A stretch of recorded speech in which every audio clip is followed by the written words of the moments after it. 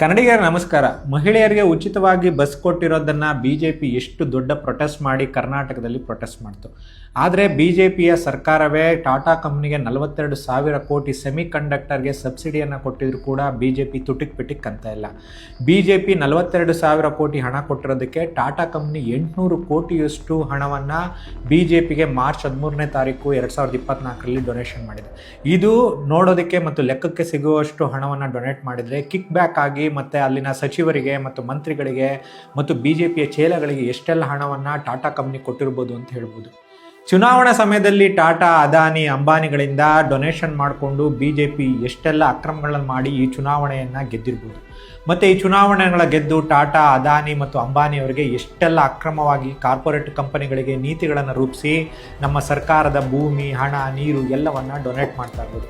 ಸಾಮಾನ್ಯ ಜನರಿಗೆ ಒಳ್ಳೆಯ ವ್ಯವಸ್ಥೆಯನ್ನು ಕಟ್ಟಬೇಕಾಗಿದ್ದಂಥ ಪಕ್ಷಗಳು ಇವತ್ತು ಕಾರ್ಪೊರೇಟ್ ಕಂಪನಿಗಳಿಗೆ ಗುಲಾಮರಾಗಿ ಹೇಗೆಲ್ಲ ಕೆಲಸ ಮಾಡ್ತಾ ಇದ್ದಾರೆ.